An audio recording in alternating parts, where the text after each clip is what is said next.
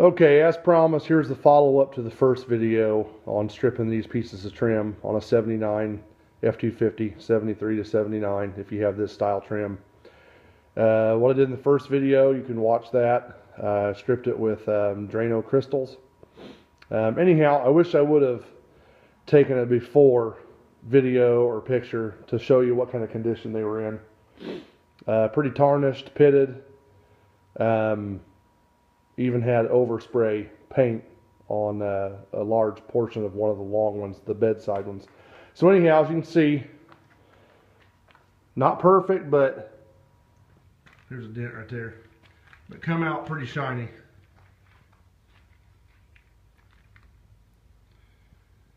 Obviously, I removed the middle rubber piece with the screws in the back.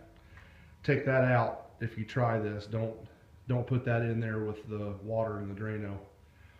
And work quickly, because the rubber will shrink on you. As soon as you take it loose, it starts to contract. So you've got limited time to get it back on there and get it in the same holes. So anyhow, wet sanded it with 2000 grit, and then took a buffing wheel to it.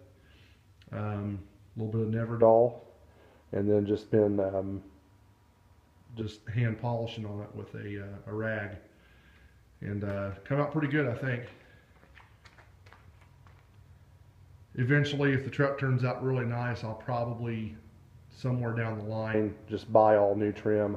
Don't want to right now because it's really expensive, but for now it's going to look all right on there. So if you have any questions on how I did it, watch the first video, the part 1. I'll label it part 1 and this one part 2.